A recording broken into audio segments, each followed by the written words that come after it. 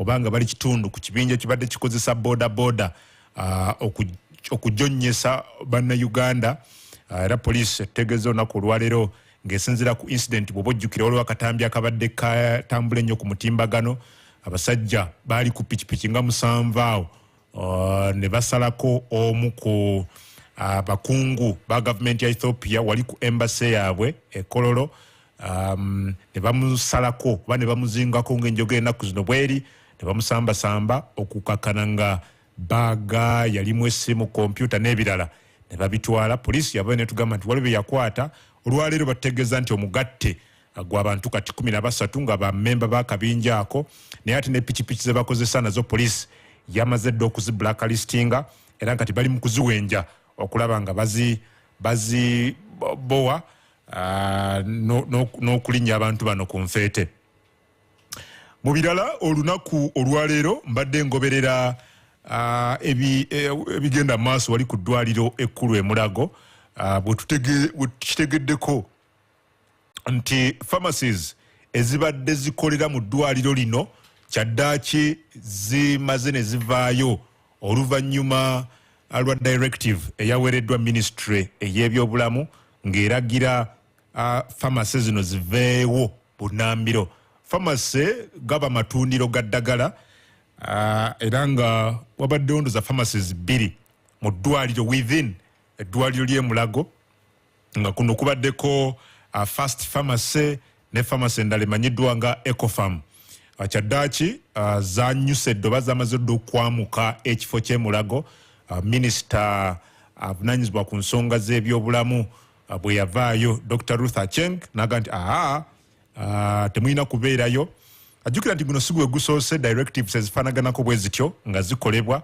Bw'oba ojjukira mu 2019 President Museveni yalagira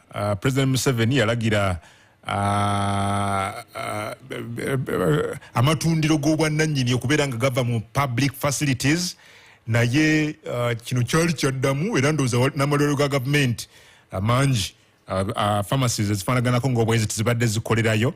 Naye kino nno kyazze emabega oba oluvannyuma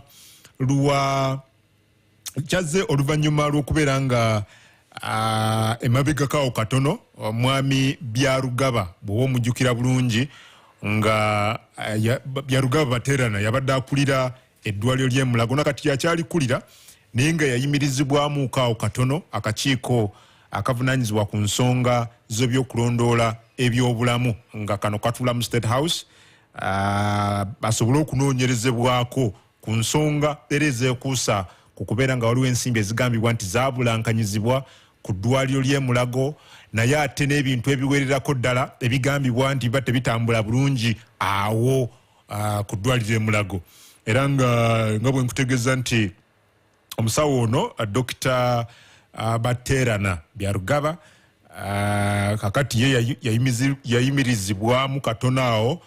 Nali ndaba nga permanent secretary oba omuwandiisi ow'enkalakkalira owa ministry ey'ebyobulamu Dr. Diana Atwine nga wandika ekiwandiiko omukuuku gw'ebbaluwa nga nti ssebo sooka oyimirire era obeere nga n'omusala gw'ojja kuba ofunako kitundu ku gwo okutuusa nga okunoonyereza kumaze okukomekkerezebwa ku bigambibwa nti number 1 weekuusa ba weetaba embezzlement, okubulankanya ensimbi n'okubeera nga ebintu bingi biba tebitambula bulungi mu ddwaliro wano. Ajjukira nti Dr. Warren Namara ono yakulira akakiiko kali aka State House Health Monitoring Unit yagamba nti billion ezikunukkiriza mu 3 nearly 30 billion Uganda shillings zezigambibwa okubeera nga zabulankanyizibwa ku ddwaliro ekkulu e Mulago ezaavirako okukwata Dr. Baterana era n'abeera nga kyaddaaki awumuzibwa ayimirizibwa rather okunoonyereza nga wegenda mu maaso. Mu studios omukunavu Tamale Mirundi media consultant nze njagala nkubire kale amaze okutwegattako. Ogambye sogera kigambo ng'ekyo nti mubyogera ngenda kunnyonnyola nsokola musuku bantu nse kuulya mu Tamale muri mutya baganda bagamba nti oli musiru ng'alamuze waggali kakati bakuzeemu owulidde kakati njagala okuba akantu kano nze ebintu byammwe ebyo nabigoba propaganda bamwe namusoma propaganda wamusoma bagamba ozijjako bagamba omanye okunyiga ku byuma awo byuma biba byekyanzi bwekyanzi mbu obinyigako notayogera naye zirina puroguramu nyingi tuzanye kano ndowooza ezannyawo. So now, when you look at the meaning of the whole thing, it is just requiring us to reorganize a new program that can really help. Because when you look at how most of these people are dealing with the situation, there is a lot that needs to be done. And indeed, yeah, if you interact with all of those boys on the ground, you might have to find a number of things happening in the whole. Actually, let me call it a region, because east or west, we are looking at the grand challenges, which we can just make sure that we personally organize and make use of. There are certain people I was looking at, and we decided to engage them in a number of things.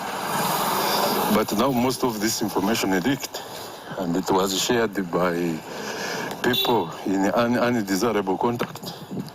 So that simply requires us to rethink. If I could advise, is to rethink, to replan, then we rebrand. The moment we have that at hand, I believe we shall be able to overcome. A lot of tossing has been happening, but I personally can't tell you where exactly we are going to be heading until we have the actual results. If we have it, well and good. If we are short of it, then we shall need to reorganize ourselves for that reason. So these are the things we are looking at. And as of now, I think we are getting there. Okay, maybe I have had the whole suggestion, but where exactly are we heading? Because when you look at the whole situation, look at the people involved, look at those we preferably wanted to give the jobs to deploy and get moving. None of them have been scoffed out. Look at the new list of RDCs being created and their deputies. They are well scrutinized, and I could call it the Mhozo project. They are really scrutinizing that list to make sure that nobody reappears in the core logos of, the entire succession establishment. So this kind of rigging is really not going to help us, and that one I have to tell you.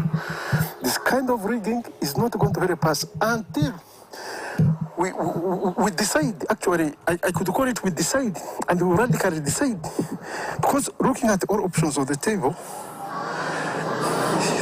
there could be some misleading indicators that once followed, they're going to cause a lot of disarray. Let's look at how the people are campaigning and how they're organizing themselves.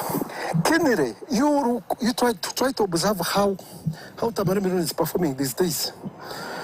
He's a very, very stringent man when it comes to, emphasis and emphasizing the point of making sure that we are totally downtrodden, never to rise up. You compare human being to a pig, that once there's a race between the pig and the human being, then the pig must win. Really, it is not just demeaning, but it is psychologically disrupting the psyche of whoever is being mentioned in this or being referred to. And those are the things we're looking at. We need to reorganize ourselves and try to fix it once and for all. I know. You see, really, we have gone through several challenges, and we cannot wait to be humiliated to the bone marrow. So what I'm looking at today is I've met all of the stakeholders on the other side, starting with the big man himself. I made a discussion with him, and he was very free and open to tell me that I put the entire concept on paper, which is what I'm going to do exactly. So the realization of this whole thing is to help us to have a forward movement that can register its authenticity to realities to merit and determination. Actually, we are looking at let's talk about unity as well and encompass it immediately. So these are the things we're trying to look at, and we need to revive ourselves about. We cannot simply wait to see things happening by themselves until we personally decide that we need to create change. And this kind of change I'm talking about is what is supposed to be based on to create a new establishment. We call it a new platform, political platform that can really be helpful to replace the status quo. Currently, the status quo is expired, and reinventing itself will be a very hard task because you cannot create a problem and use the same way to eliminate it. Normally, when you create something you're proud of, it is very hard to detect whether it is very good as long as it serves you. MBs MTN kati zifuuse nene buli lwotekako bando y'ebiri tukyafuna MBs 15 zokka kati ofuna MBs 3 ate gwe obadde ateekako 10 tukyafuna MBs 10 zokka kati ofuna MBs 18 kati nyiga star 15 star 10 hash oba okozesa my MTN app osobole okufuna bando z'olunaku ennene ku MTN kokka. Everywhere you go, MTN. MTN erungamizibwa ekitongole kya Uganda Communications Commission. Are you a secondary school student, teacher, or National Schools Championship alumni and are looking to grow your knowledge in personal finance, business, and entrepreneurship? The Stanbic National Schools Championship is just the platform for you. This year, it runs under the theme Empowering the Job Creators of Tomorrow. Sign up today on our website www.nsc.ug and stand a chance to win exciting prizes like a fully installed solar system worth 20 million shillings, water or eco cooking system, laptops, smartphones, and lots of cash. Remember, this is more than just a competition. It is a life-changing experience. Stanbic Bank. It can be. Stanbic Bank is regulated by the Bank of Uganda, and customer deposits are protected by the Deposit Protection Fund of Uganda. I want you to fly, fly so high in the sky, and I want you to shine, shine so bright, 'cause you're a star. Dreams come true. Dreams come true. For me and you. Me and you. Ooh.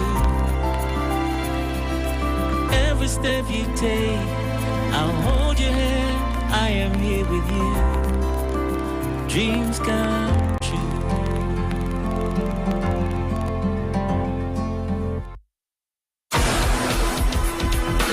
Gwensonga kunsunsuzi tusonga nsonga kunsonga ne Adam Kungo, powered by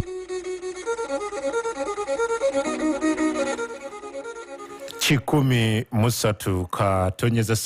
Radio 4 ne 10 Radio 7 ze Adam Kungu program Gwensonga kutuli Pilsner laga gobonoonya omwemisa akawungezi nga kano kuba ku namba isimu eno bamupuleeterawo 0800 277 oba ogende ku mutimbagano www.partycentral.ug buli kimu kyonna kijja kutambulira ddala bulungi nnyo. NSSF muganda wange naye kugamba nti olunaku olwaleero batandise okubeera nga bafuna applications kubaagala okufuna mid-term access ku benefits zaabwe, n'olwekyo bakutegeeza muganda wange nti oba oyagala okuupdatinga information yo kati kyafuusi kyangu nnyo, teweetaaga genda ku matabi gaabwe oba ku headquarters zaabwe.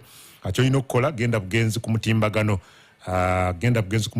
bere ng'okikola oba downloading app yaabwe NSSF Go app ng'ogijja mu App Store oba ogende ku www.nssfgo.app. Okumanya ebisingawo genda ku mutimbagano era www.nssfug.org oba okube ku namba etali yakusasulira 0800 38 67 73. Terms and conditions apply. NSSF, a better life. MTN muganda wange ekutegeeza muganda wange nti mukaseera nga kano wali badde ogenda ne weegulira essimu eya Itel A58 smartphone osobole okunyumirwa. Erina battery empangazi ate ng'ejja ne data oba MBs mpitirivu okamala. Erina high definition water drop full screen 4000 mAh battery ng'enemala ennaku 2 nga kweri oluvannyuma lw'okucharginga. Erina lots of memory space ate nga bagidesigninga bulungi nnyo. Ejja ne mu nsawo yo bino nno byonna obifuna ku mitwalo 27.5 gyokka. Essimu eno ejja ne 3GB monthly MTN data okumala emyezi 3 ate nga buli wooteekako data yonna ofuna ebitundu 10 ku 10 ebya bonus ku buli data gw'oteekako. N'olwekyo genda mu ttundiro lyonna erya MTN oba itel osobole okwegulira akasimu kano akalungi ennyo aka itel A58 smartphone osobole okunyumirwa internet everywhere you go. MTN nino mukuna Tamale Mirundi media kosa wewana mutabani wa Yohana alla omanyi mwete mukitegeera abawule nafa wakati kitu kiina nabakatu kine muhafukas tusabira abasosodoti bo abakwawulirwa ne bannaddiini. Father simunaddiini nedda kiki mupakasi omunaddiini ye musisa ne brother bakuba ekiragano ky'obwavu. The priests don't make the vow of poverty. That's what people don't understand. A Catholic priest simunaddiini abamupakasi denied himself. Ye is a profession. Ye yaddira silibasi kitegeeza tinnakiwa Katonda tebapagana kukuwasa. Paulo mutukuvu yagaa nti okujjako abagumu nganze. Kakati ate ne bannaddiini tusabira bannaddiini n'abasosodoti bo abakwawulirwa baawule nga Abangilikani Church tebabaganangako kuwasa. Era nze nasomera mu ssomero ly'Abakristaayo twasomanga ne kanisa entukuvu enkatulika bakikyusa luvannyuma. Yes, kakati nze gamba ffe twayawulirwa, ndimu abo abayawulirwa. Katonda beewa amagezi ag'enjawulo oba g'omukubawule ndi mwawule. Anti nze nkugamba I talked when I was 6 months. This is why my father decided to take me to an Anglican school, Matali Mixed Primary School. Mwenasomera nabazimbira ebizimbe ebipya ne kanisa yabwe negwa nengende wa president namba wa sente ne bazaka amategula. Mwenasomera mu primary, Matali Mixed Primary School is an Anglican school. At that time, a Catholic parent could not take his kid to an Anglican school. Never nayogeranga ennyo nga mpakana nnyo nkolaki nava mu katanda nga nina emyezi 3 nga nina emyaka 3 nembuye abali akatabo kano nkakuwadde. Akatabo kano mu 2013 nawandika ku mulago ekyo kifaananyi kyaki mulago gy'oli mulago nakawandika dde mukula and when did I write it? Okay, wano wakawandiika nga 3 Ogwokubiri 2013. Wayise emyaka emeka? Kati twogera ku myaka 9. Sijja kwogera ku mulago waayo. My son told me, a lawyer, nina abaana bange babika 2, nina bajjuwa kali nganze. Ngono gwe mmanyizinya oyijuwa kali yenyini bamanyo n'akomawo oyijuwa kali yenyini talina kyatya womutunuulira naawe olabira ddala gwe mwennyini juwa kali kakati oyo amagezi gayina avoid this mother like me kasolowoleza mu nnyoko oba omukazi revolution etalowoleza mu famire ye abaana baliryaki ekapa bweba eri emmese ey'olubuto ebuuza nti bazukulu bange baliryaki baliryevu oyo juwa kali yennyini oyo oli proud okumulabanga oyo juwa kali ye mumanyi juwa kali ye talina kyatya bamukuba amanyi n'aliira mu tyubu n'akomawo n'addawo oyo juwa kali kati ate naye bagentlemen be mutamanyi. One of these gentlemen is a medical doctor. There are 2 medical doctors. and there are 2 lawyers. But one of the humble people, ali mu parliament yomu, drafting amateeka ga parliament, is a graduate of Cardiff University. Yasomera Scotland. Nagenda okugenda nga graduating mulo. Aliyo n'omulala graduating mu oiro. Ne bankwatira Scotland. Balaba passport yange. Have you brought Museveni's money? Check it. Check it. Had you taken Museveni's money? Anti bwebalowooza kubanga ndi yalimu nti gundi press secretary, president of Uganda. Have you brought Museveni's money?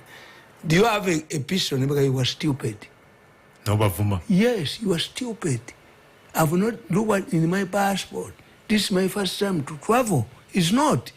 Do we travel with the pistols?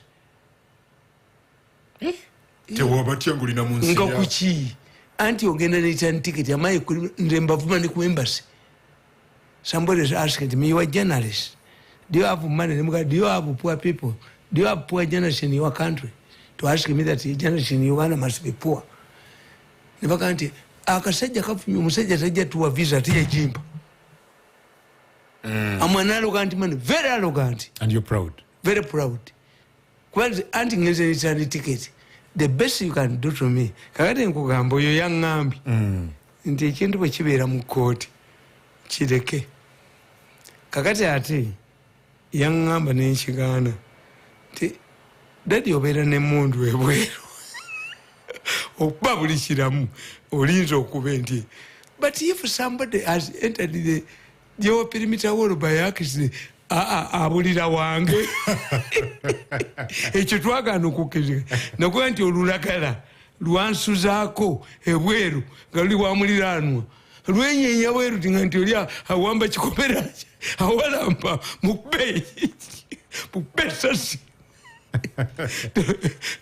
olwaliro ngenze muba terrorist gundi bampaddeyo abaserikale abalala abanti terrorism bwoli nabo anti kitegeeza my life is in danger. Obutambi obwo bwenkuba they have given me additional military otambula nabo military police kati na military nina ordinary police nina anti-terrorism nina batambulira ku border nina abaleeya wena n'ennyondo ati n'ennyo alina n'ebyewaffe nkeera mu kyaki kati olwayo nvudde essaawa 6 ewaka nagenze mu kyaki ndaba emmotoka eri mu kkubo nga ndaba tevaawo okuba nayingidde ekyaki ku saa 12 naye ndaba mu byuma mu luguudo mwe ngenda okuyita nga mulimu oba yafiiriddewo nga waliwo emmotoka etavaawo ewange nvuddeyo 7 ebyuma bimala but people don't believe that I have these machines. wayagadde okuvayo nga bukyali emmotoka nekulemesa gye walabi osooka mu kyaki mwebiri olina kyaki ewuwo baatumayo omuntu abibbe empologoma nemunyweramu namusangamu nga kabamyuse bombi nagenda omulala abibbemu nasanga timba amuzinzeeko okumanya gwe kyaki bagitya oyo omulala agiyingiramu naye agitya tegirinyanga bonna bagitya kyaki nze njibeeramu gwe musumba naye ate bwe naafa bijja kuyoolayo omwomu juwakaaliona abironda juwakaali ayinza obutabifuna nabyo bimanya bimanya so bwoti bweyagala okwewala okwogera ku nsonga ya Mulago sijja mwogerako tudde kubanga Dr. Baterana Byarugabe embeera si nnungi buli bwamuyise emyaganya gy'engalo bamuwummuza. Let me tell you, President Museveni received over the weekend an accurate report on what is happening in Mulago. So therefore, the President knows.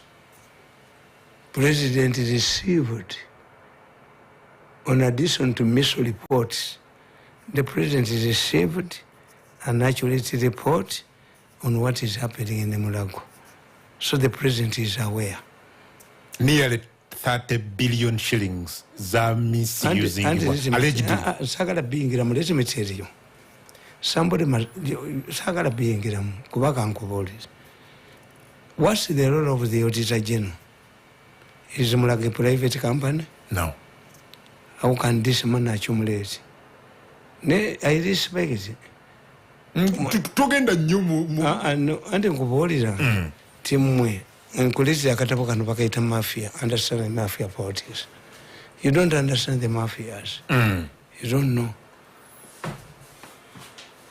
mulago wali oba birimu ba mafia. Yes, me you know very much informed. Kakati kankubuuza bw'olaba abomba kwata kukubira akalala nga bambuulira president bye yamugambye kubira akalala.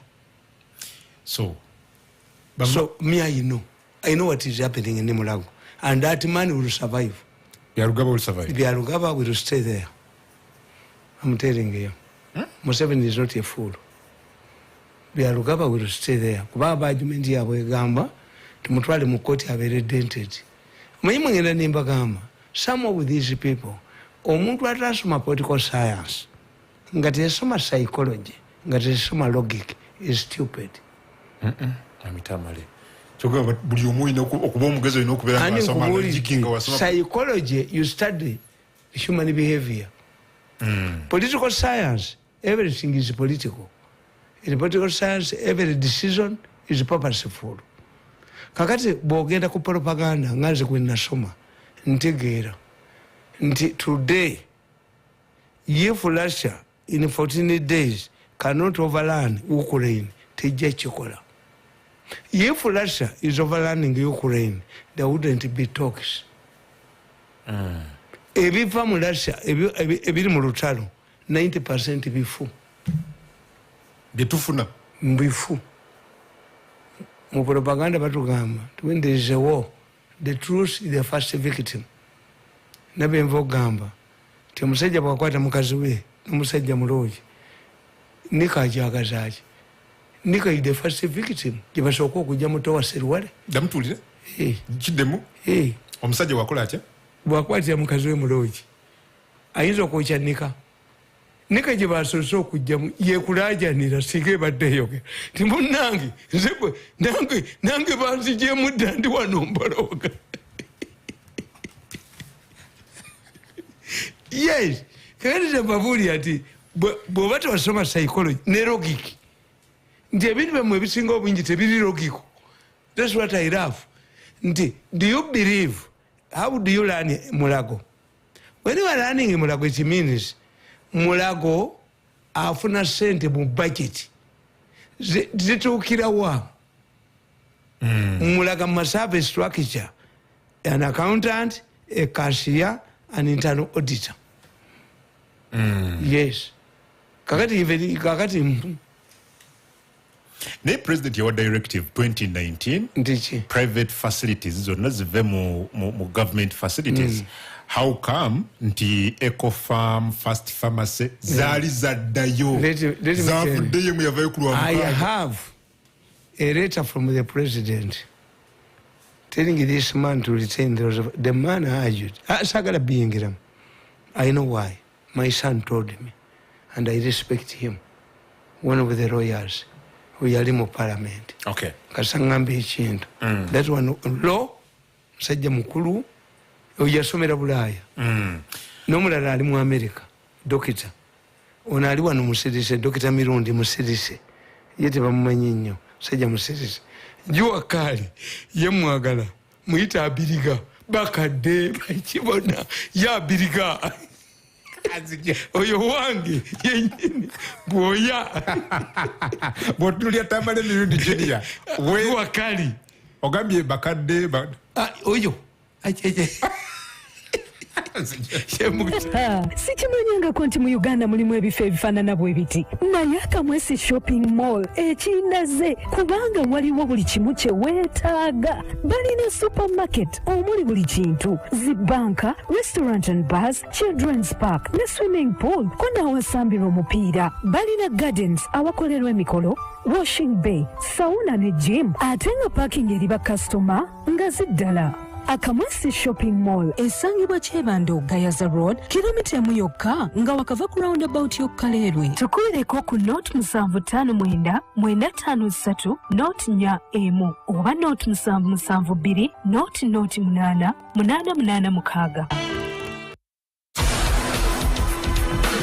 Gwensonga kunsunsuzi tusonga nsonga kunsonga ne Adam Kungo.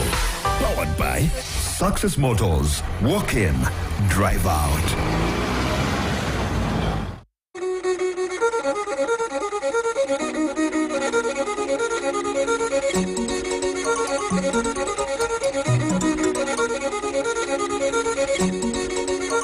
Chikumi musatu katonyeza satu Radio 4 ensonsozi ne chikumi katonyeza musanvu radio abayigikulu bomukama kabaliga Radio 7 atuli Masindi wamu ne Kampala n'olwekyo twegatteko kati ng'ompereza message ku 07556 02505 waliwo mwami akwagala ennyo mwami Tamale bamuyita Herbert Anderson Burora ono RCC wa division ya Lubaga agamba pani waliwo mwami yampadde nte ngenda kugikimayo webale nnyo muyi baganda bange amwe kato kipa nina baganda bange ngoma yakuwadde nte wa ngoma naye kuba radio nabajulira ku televisawe ngoma kwe bali bagoberera waliwo nowe mugonde muganda ogwemmanyi bamuyita nyabudozi engoma naye mukoddomu wange kagija naye taata wange kalivu engoma bangamba yangu wesimbewo engoma eyo nakaseke north anti wali gonzi Saida Bumba baga nti bwabatakola luguudo gye ye baganda bange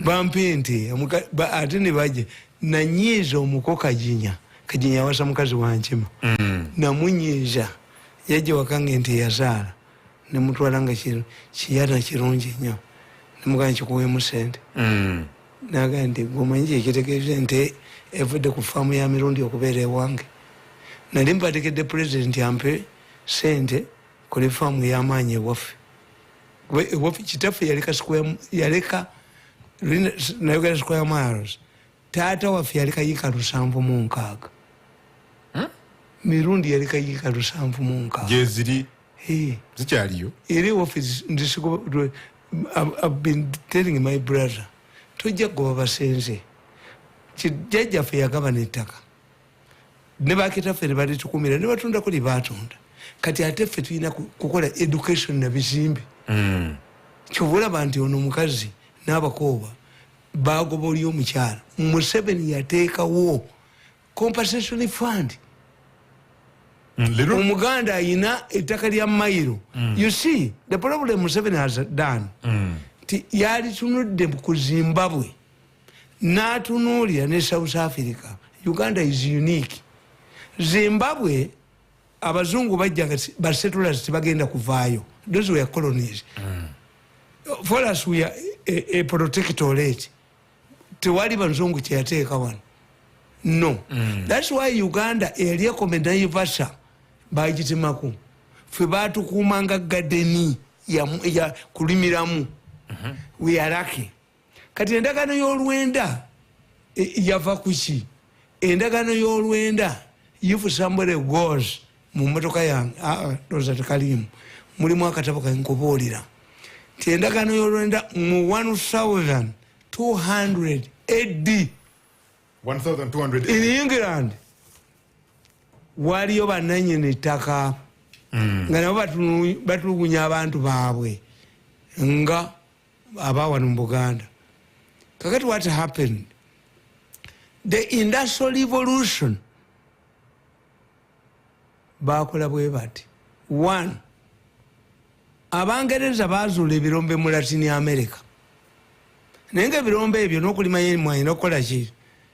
Ono gundi guno bino byolaba omuceere bagujja mu kantu n'omuwemba. Zali wide crops ezali mu Latin America gye babijja. Muwogo, cassava, was brought purposely from Italy, from Portugal, kusiriwaza abantu. Omuntu yenna alya muwogo kumusiriwaza. Nkubuulira muwogo gw'olya yeweeyiganga gwe baanise mu kkubo anaanuuka mu kusiriwaza abantu nenkukwatira ewange ng'owa abaana bange muwogo aliko nkukuba nenkuta mu Vietnam twarestiyo ng'owa abantu muwogo ali bwambizi walabe muwogo masomero. Cassava was purposely brought from Portugal kusiriwaza baddugavu bamuwanga basibe. It was a crop to give to prisoners to contain their brains. muwogo gwolya yono omwanike muwogo omubisi ananuuka yayonoona nze wange biri ebintu ebyo gwolabayo muwogo amayuni omwana omuto ayavula naagalya tamera manyo awo gemuyita simanyi bwayisa amayuni ekyo buno kikala buno obutula buno babuyita batya obutono ennyo katunkuma omwana omulenzi nayavula nabubuuka batule ddu bukuba batule tokkiriza nga butula obwo bukatunkuma tokkiriza mayuni tokkiriza muwogo waka kakati nkubuuza nti in 1200 AD these people started with the Irish bakwata bazungu bannabo aba-Irish ne babatwala mu Latin America kuba balendi Indians be basangayo nga babateeka ku birombe buli myezi 6 bafa. The British went back, the British merchants ne bakimanyi banna aba-Irish abakatoliki nabo nga bafa buli myezi 6 and they said what should we do? What should we do? They came for Africans who were strong. Ne batuyitayo. Kakati at that same time in England land reform happened by the creation of industries, the industrial revolution. The emerging of cities led to a scarcity of labor. Kakati bakola batya abantu abali ku ttaka abasenze abalimira ku ttaka ly'abananyini ttaka baatandika okudduka mu byalo bagende mu bibuga bananyini ttaka ne baleeta amateeka amakakale.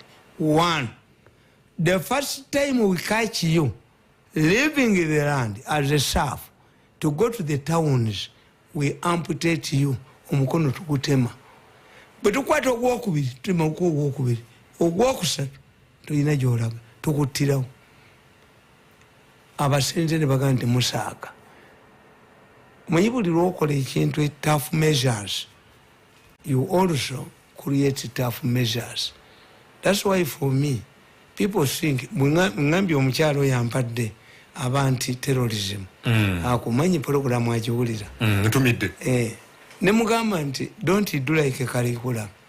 Kalikula bamugamba okumpa abapoliisi abankuuma yagenda mu Ireland waliwo Ireland eyo muleke Victoria gye bakuumira amazike amato ge bajja Congo n'azigirayo akuuma amazike Jeno Kayihura yakuleetera the person who could control me nina tempa nga yaki yamazike ezike olimanyi ezike omusajja anyumiza amazike ezike lirina obwongo ezike baditerako amasanyalaze mu fensi omulireme kufuluma naye nalyo limanyi okukwata akantu neliteekako litegeere oba kwegali oba tegaliiko.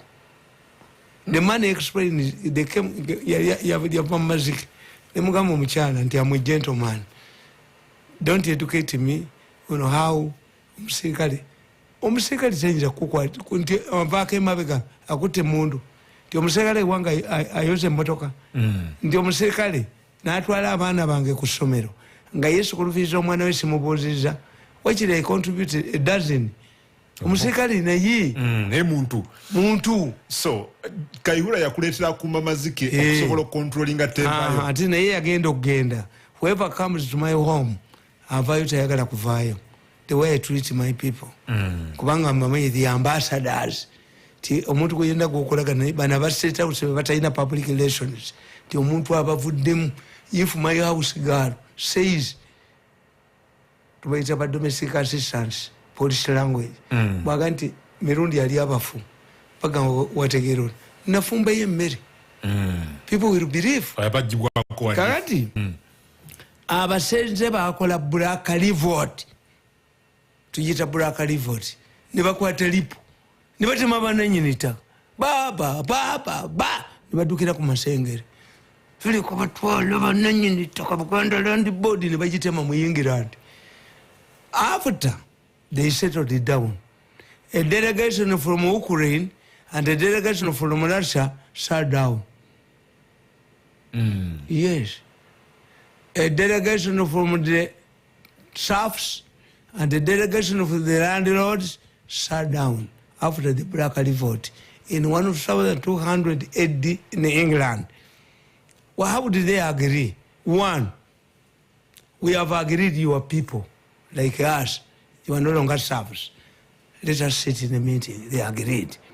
One, you are free to go to the town. Ekyokuba temanga mulaga mu town tukijjeewo. Two, those who have money can buy themselves. The issue here, people talking about buying themselves, started in England in 1200 AD. Sichipia. Ne babagamba on Sundays we worship our Lord. Tetujja kukolanga ku Sunday. Today, mu trade union, a Sunday is given is a resting day. Mwite mukimanyi. Mu Uganda, many people who want to invest in Uganda tell me, Uganda has many public holidays. Eggwanga erina public holidays enyingi mufunye mukisa. Mu Uganda temuli mu trade union. A public holiday, a resting day, work ozimwa different day. Ukitegedde okuleeta omukozi Uganda ina public holidays nyingi. Where worker has mumulabi bulabi. Nti muina unemployment, muina trade union. You cannot refuse a trade union in a ruling party. Ngatone buleya ati yajija Labour Party yajiri forming anajifuula New Labour. Tiwali wano tiwali. Nti ate abakuli abakozi bakibiina kyenaalemu embwa nogikulamu amannyo labish tebiriyo balina n'abakiise mu parliament nkubuulidde tibaliyo. Kakadde gamba ti ekyasembayo ne bagamba abagala mwegule mugende mu bibuga. Kati mu bibuga bateekamu etteeka baliyita vagabond law. The vagabond law was a result of the Black Revolt of 1200 in England. The vagabond law still exists today in Kampala. Etteeka eryava mu Black Revolt mu 1200 AD is operation in Kampala. Omuganda alita Vagalanda. Bamukutte Vagalanda. Tukiwulira. Tigundi bamukutte Vagalanda. Wechiva ye vagabond law. When you are in the city, you must have a job. When the city council carries find you in the city and they ask you, where do you stay at Zana? How much money do you need to go back? What's the taxi fare? 2,000. Where is it? Everybody in the city must be a worker. Abazungu bajenda liyo wano vagabond law. Omuganda ekita Vagalanda. Bamukutte Vagalanda. Kakati vagabond law eya 1200 AD mu Kampala mweri today. Why? These people wanted to ensure that people don't leave villages to work in the cities. To remain in the city, you have to work to have a job. Kakati, what happened in England? It led to an exodus of people from towns from villages to towns. Because the towns needed many people. The industries needed many people. But as a result, we call it the fencing system in England. The landlords fence after losing the serfs. They decided to rear sheep to produce wool. To cheat the fencing system in England.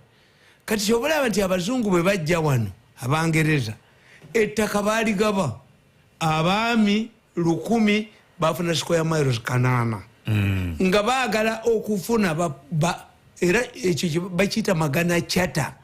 Magana chata kitegeeza ti abasajja ba landlords baatuula ne bajjako kabaka obuyinza mu England ne bamugamba nti gwe n'amagye ffe tujja kuwanga amagye. Kyova olaba president bwakireeta ti chata region chata bagigoba ab'Emmengo. Regional tier bali bagimanyi chata yavaawa. Tekiwulira bakyogera. Naye katiya kano kava tier means a chamber above the other. Nti Museveni yabagamba obuyinza obuli ku district sijja bujjayo. Naye muteekawo regional government. Obuyinza bwe mbadde nnina obwa central government bwe regional government. Katiya kava a means a chamber that the regional government is LC6. but they did not want to announce that there is L66, but a regional is L66, but modified. Ndichikunjonyolora. Kakati abasajja bali abazungu bwe bajja wano. Uganda bagifuula protectorate. Why? Nti Britain yesanga mu kizibu. The missionaries who had arrived in Uganda in 1877 were Anglicans. In 1879 were the French. Kati bwe bajja wano ne gondi Carl Peters Mwanga yalinga bolaba omusajja we Ukraine yatagala occupation ngagala neto muteso olubereberye yalaba abatake tubayita batuluuki abatuluuki abantu abajjanga mu lubiri okubategeera nti bamaanyi babalabiranga ku bibaze nabyo okutona era one of the reasons why Mwanga despised Lugard yajjira mu ragis zina bano bamuteesa olubiri basuuna mwekimanyi nti endabirwamu yattisa abantu mu Buganda. Endabirwamu Mira came during the reign of Suna. Suna saw himself for the first time that he was not handsome. Suna had kawali, smallpox. Nakwata abami bonna abalungi handsome men abali mu lubiri n'abasalako emitwe. Endabirwamu yattisa abantu mu Buganda. For the first time, the miracle came during the reign of Suna. Suna had suffered from smallpox, but had not ever seen his face. Kasalaba mu mira nga yalwala smallpox. Yayita abasajja bonna abalungi n'abasalako emitwe mujja kutwala bakazi bange. Kubanga ekirungi nabo baali tebeerabangako mu ndabirwamu ti we are handsome. StarTimes Uganda Premier League ekomyewo nyumirwa emipiira gyonna ngandanda guno guvako guno guddako kekaseera tuwubebendera kati nno tosubwa StarTimes Uganda Premier League rawundi eno ey'okubiri okutandika nga 5 mwezi guno ogwokubiri 2022 ku StarTimes kwokka. Oyinza okudownloadinga StarTimes on app onyumirwa emipiira gyonna live ku simu ye yaseereza akaseera konna awantu wonna. StarTimes abavujjiriza abatongole aba Uganda Premier League. Tondeka mu kivuguto kya radio Suzuzi zino kya kivuguto hakuna mchezo. Kuna simu nanasi simu nanasi nawe wabula kutiguka butikuse Gwensonga kati ebidumu byonna kitunudde wa Kisonkowe akumerina Gautravilasi ate essanyu welinabeera tulisooka n'okusaba omupiira wakati wa Gwensonga n'abawuliza bafa bwe wa Kisonkowe ati endiba yakukabirawo ku kisaawe temwerabira amakondere vuvuzera engoma anti tuli bakwatu ku sandiba guno gwakunyuma naawe ate oluvannyuma twolekera emabina Gautra Club n'abayimbi bangi okuli Mudra Kokonyo seja kuwanga tomani Sama Soja Internatero Timapwange Kimfa Banange n'abayimbi abalala bangi batijja ba radio febo n'abakukuba muziki mpaka kumacha tukira tuyingira bwerere ng'abiri mu mukengo omwezi ogwokusatu 2022 nebitegekebwa Radio Gwensonga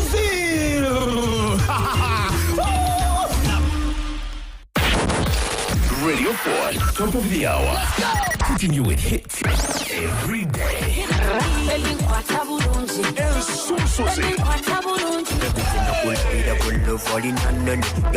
hits don't stop. No, we getting higher, rolling up loud. Number 1 hits music station.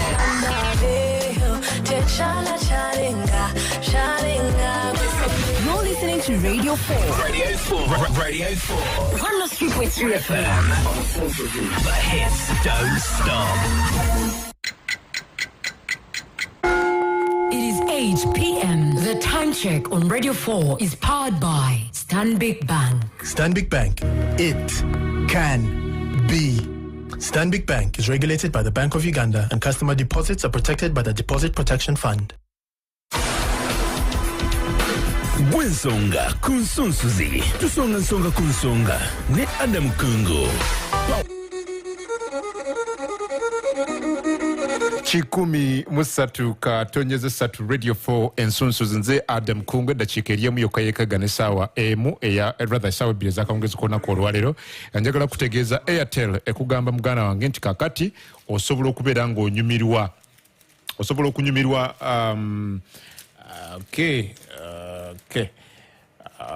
Airtel ekutegeeza muganda wange nti yalunchize 4G network ebbunga Kibaale Nabugalala Road, Namungona High School, Wakaliga Police, Lunguja B, Lugala Victory Church, Wavamuno Road, ne Kazanyiro, Kisenyi Bus Terminal, ATC Karerwe, Market, Bunga Zebra, Takajunge Salama, Buwate Road, St. Kizito Kabowa, ne now Kukabao Zone, Mukampala District. Norwecho, bakutegeeza nti wegatte switch to Airtel today. Osobola okunyumirwa best 4G speeds okola ebisinga ku simu yo eya 4G ne 4G sim at the best value for money. Airtel ekutegeeza muganda wange nti n'olwekyo oba n'olw'ensonga eyo kozesa Airtel money ng'osindika sente osasule bills ogule airtime osobola okukola ebisinga ng'onyiga *195# era ogende ne ku dduuka erikuliraanyaawo erya Airtel okumanya ebisingawo oba okube ku namba zaabwe ezitali za kusasulira onyiga 10 embeera ebeerenge kutambulira ddala maridadi sana mu mbeera y'emu akawungezi nga kano nywa Tusker Light era ojja kubeera ng'onyumirwa obulamu n'embeera noonya ka Tusker Light bakakuleetera awo w'owangaalira oba w'osinziira bw'oba tosobola kubeera ng'okafuna njagala okube ku namba y'essimu eyaabwe babeere nga bamukuleetera awo eri 0800 bogende ku mutimbagano www.partycentral.ug obulamu bujja kubeera nga abukutambulira ddala maridadi sana kyayina omukuna Tamale Mirundi media consultant njagala okumanya kyendatandikiddeko mwami Tamale katono ng'ojja ku ekyo bino byonna obireese oli ku nsonga z'ettaka olunaku olwaleero amyuka mundamuli wa president Faruk Kirunda again president, and I want to read his tweet verbatim. His Excellency the President has banned all land evictions done without the consent of DSCs. His Excellency also requested the Chief Justice to direct judges and magistrates not to collude with land grabbers. Anti kankubuulire ekyo tekirina kyekigenda kukola. Museveni has made several pronouncements on land. I have all the books and directives. Mbimanyi. Why? The question is, jemunyonyola nti bali mu Europe, mu England, bagenda mu bibuga. They left being huge chunks of land to the landlords. That's why from now, since then, you have Britain, yenkana ne Uganda obunene, but the population to yenkaja. When you travel in those areas, whatever big chunks of land you could farms. In Uganda, mugoba abantu badde mu byalo, ate mu byalo baba gobayo. Kakati, let me address this issue. Nti endagaano y'olwenda bwe baagikola bajja n'ekikwate ky'ewaabwe mbadde mbabuulira ti Mwanga yeesanga nga tayagala Bangereza kuba Mwanga yategeera nti Abangereza yali ayagala nnyo Abajamani. I don't know how these people used to get information, but Mwanga was an admirer of Germany, and Baganda admirer Germany. I have 2 Mercedes-Benzes. The third one iri mu garage naye wakawaliwo nekitange namugulira Benz muzimu nikitawe yafa ate no agibeeramu nagirekera omuserikale wa traffic ne basiitana n'omusajja omukulu ali emabega ndegamba mwami Tamale tudamutuulire wagula emmotoka ng'ogigulidde muzeeyi omugenzi nagagala amaze okufa mukolere ekintu muzikuleyo mu kabuli nimugulira Benz nebeera weewaka agitula mudde ate muzukulu agivuga ali omuli dokita ali soba kakati musajja muserikale nakimulekera terikola ekintu teriekoki senkadde jetedde mumu kakati abuuza muzei abali mtoto wake anakumbia wapi anakimbia wapi muzei toka kwa gari na abulamu omuserikale yadduka emisindo okugenda ku sepyet emmotoka yagireka nti njikulekera sidda naawe kamutobe naye atoba nakyolwo kakati gamba nti mwanga yali tayagala baki kakati mwanga afuna omukisa afuna Carol Peters yali ava Tanzania ajja wano amubulira Carol Peters of Germany. Yes. Germany is the most powerful country in Europe. Carol Peters amubulira I don't know kugambi Baganda admire Germany's ne flag ya Uganda the colors ezimu. Obote was an admirer of Hitler because without Hitler's intervention the Second World War titwali efuze. It was Roosevelt who told Churchill that we are only coming to help you to interfere in the war, to intervene. But after the war, give your colonies independence. Obata admired waliwo Pascal Soba, professor, yagende France. Nagamba Africans will praise Hitler. Obata yali wase no, atenga musajja mwagezi wa Hitler. Kakati, abazungu bajja wano. Gundi Carol Peters abulya mwanga akola endagaano nani ne Carol Peters ensi ajiwa Ssaabasajja Kabaka lukulwe ow'Abajamani ensi ye mwanga ajiwaki jiwayo abamisani abaali wano Abangereza ne bagamba mwanga tosobola kuwansi eno Germany ensi eri wansi wani kubajjuka Church Mission Society yaleeta wano tebajja lwa ddiini bajja kulima pamba. Ebbaluwa eyayanukula eyamuteesa mu Daily Telegraph yali egamba bannange Abaganda bambala bukete bayita bwereere ne bwe tugenda buli Muganda n'ayambala akakete pamba wapaja. They never came here. The response, the letter that responded to Mutesa's wound, the Church Mission Society not come for religion. That's why Bishop Barrow is more known for seedlings than the Bible. Bishop tumanyikoki kati mwanga agamba Abangereza Abamisani njagala mumbuulire Bungereza emmanja ki enensi ejja kubeera independent nga bajjajjange mwe Abangereza Abanyolo, the Bunyolo army recently attacked us.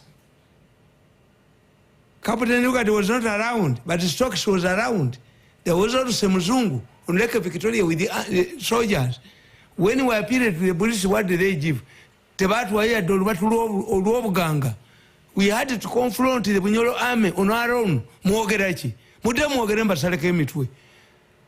Someone got silenced the Anglican missionaries who are protesting and agano. Kakati Abangereza bwe bategeera. It tells you how important was Uganda or Uganda at that time. When Carol Peters went to Germany and an agreement, showed an agreement that had put Uganda under German influence, they sat down with Britain to avoid the war.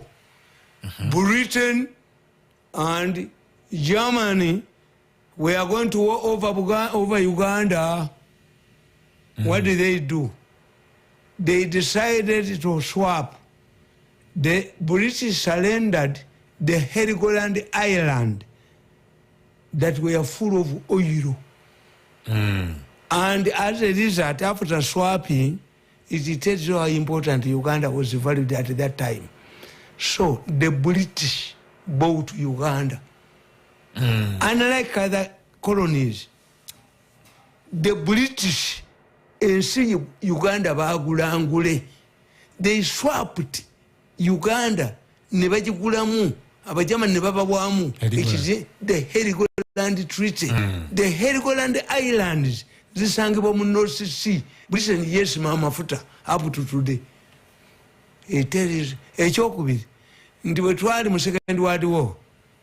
Uganda yawola Bungereza paundi emitwalo 4. Uganda nga yewola. Government ya Buganda newola Bungereza paundi emitwalo 10. Bwe bali batusasula after the Second World War. Nakivuba wo memorial tekisobola kuvaawo is an antiquity. Omutani waffe ekyazimbye ekyabalema hamu ne mukata ina sente famire yaffe teyina sente nga tuli basajja bagagga nnyo tuli basajja bakozi Hajja Miss Kigunu kutumiddeko sebo we bali kugoberera era nze kasampulira omuntu aga ntaata manya yakubye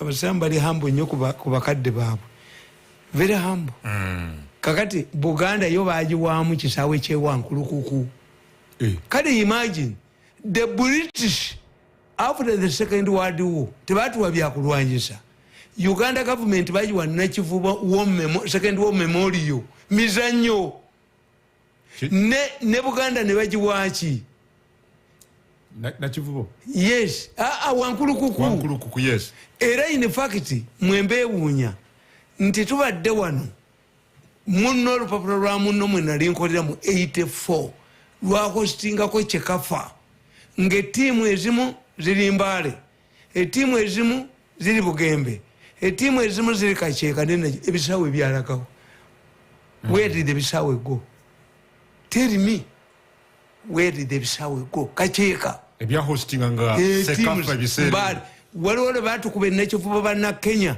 ne tugenda Mbale nga ffe basekendera naapo mu kibinja ng'Embale kyalagawa muli mu government anti kubuulira bagenda ne bagamba president akoze nnyo sente bazimujjako oyo gundi omuwala nzikulu president yabawa sente ne bayita ne bagala local government ezisabye ne bazijja mu ministry ne bazibba naye ffe tujja bakwata standby generator tujja bakwata nga standby generator zemukulembeze kakati nkubulira tegamba nti after swapping that's why Abangereza beewa buyinza eggwanga baali baguze gule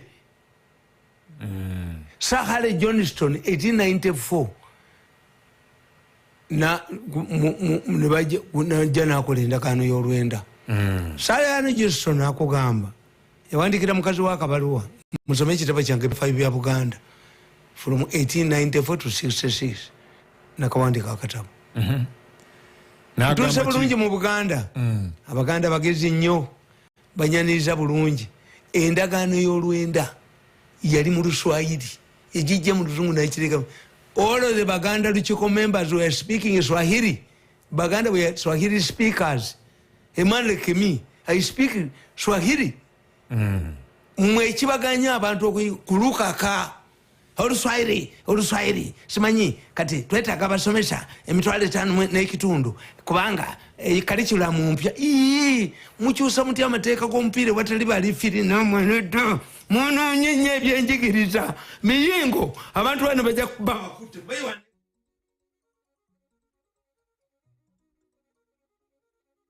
kakati nkubulya negamba ti abasajja batemaatema ensi yaabwe Abangereza basookera Kabaka Buganda yasangibwamu square miles 196 Abaganda tebamanyi 10 tebamanyi mutwalo omutwalo kitegeeza sente z'ogula omukazi oba omutwalo kitegeeza ekintu ng'omunnyo oba ekintu kyosibye mu byayi for future gwe mutwalo yes eggana lyante so the Baganda did not have 10,000 a Muganda stops at 9,000 mu akakumi kamu akakumi si mutwalo kakumi kakati how was akakumi akamu distributed the 8,000 square miles were given to 1,000 chiefs Baganda chiefs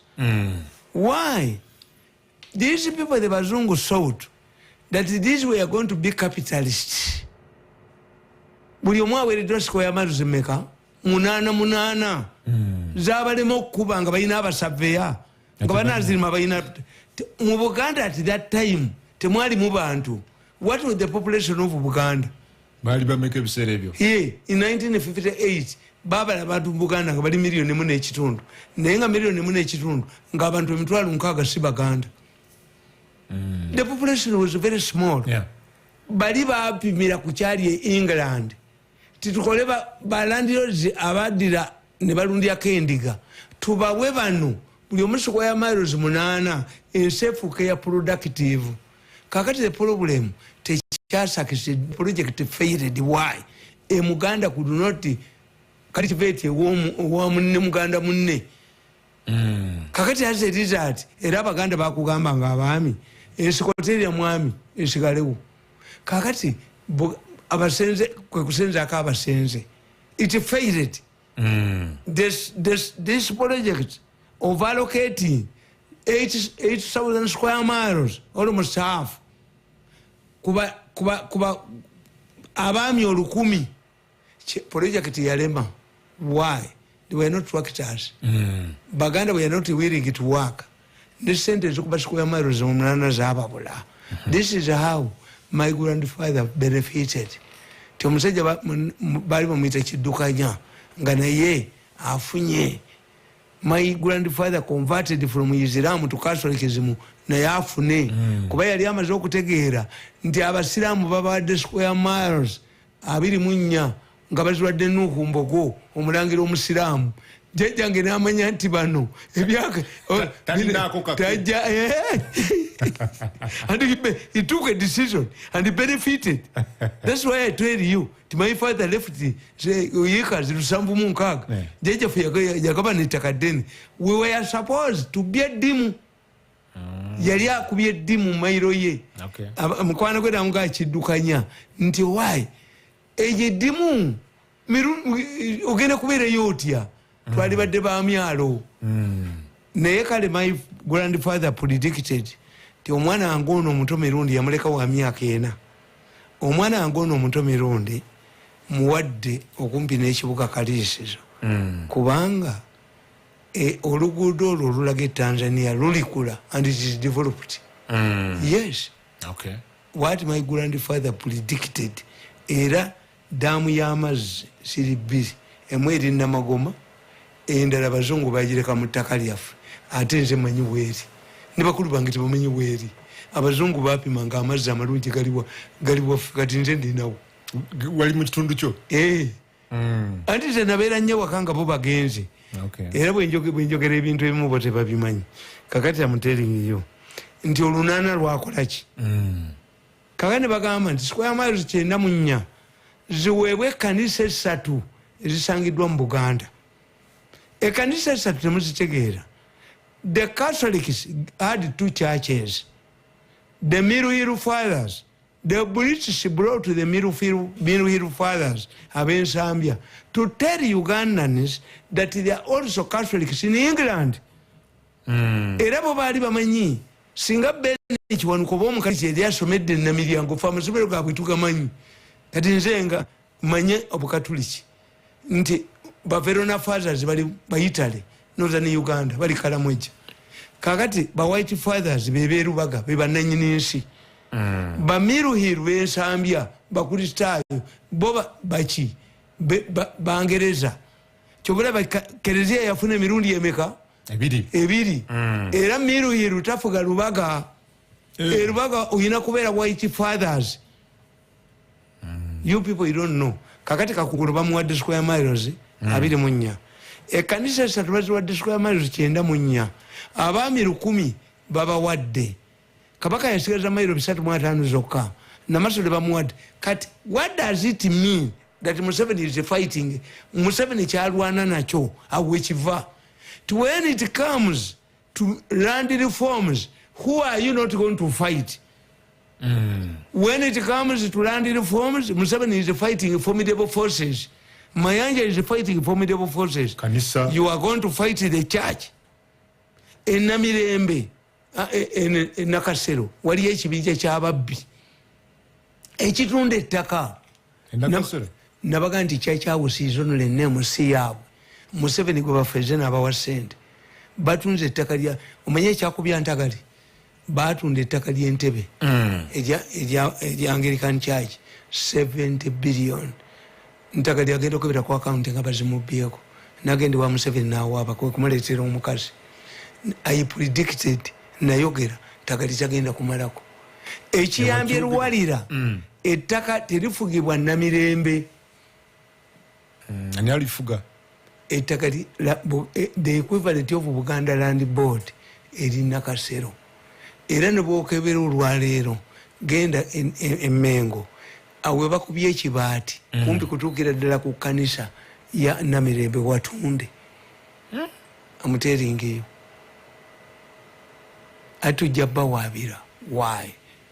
This land that was given to the Anglican Church, the 3 churches, was to develop Buganda. It had a clawback. It had the responsibility. The people are selling Buganda land in the Anglican Church, in the Catholic Church, not on the Takalia Fedi in Zambia. How have you plowed back this money into Buganda? Because it had a clawback. Kakati you know chitegera nti Museveni bwakera kumacha aina 1000 bananyi nitako abameka olukumi abagabana square miles emeka akanana. This land has evolved.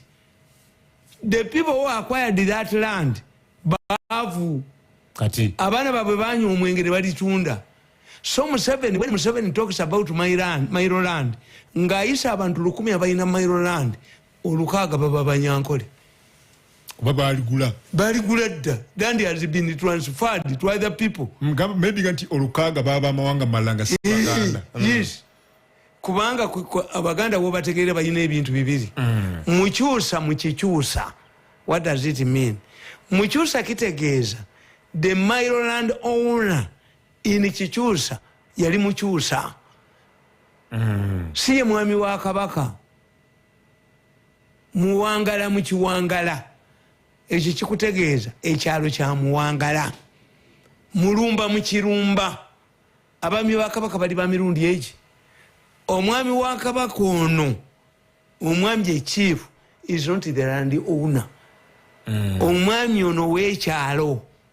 Nti these foreigners ng'Abanyarwanda n'Abarundi bwe batuukanga ku kyalo beddiranga kika kya mwami gwe basanze ku kyalo. Kati ffe waffe tuyina Tamale ow'omukirundi, tuyina ow'omukiganda, Bakalimanzira, Bandatoye, Ndazibonye, Bakawutu, Ndayishimiye, nga tebafumbiza muwala nga tebaziwa mirundi.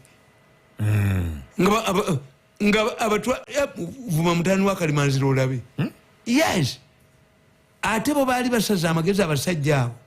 One, tebawasanga muwala wa Muganda. Bajja kubagoba ku kyalo. Naye encouraged their daughters to marry Baganda boys. Two, they were in the valleys. Abaganda gye bazikanga abeetuze. Naye nga Abaganda tebamanyi nti soil erosion ettaka litwalawa. When you go to my village, okujjako kati nze eyo gye bali eyo mu Kirundi, I have a very mbakuze nnyo. Some went back after the Rwanda war.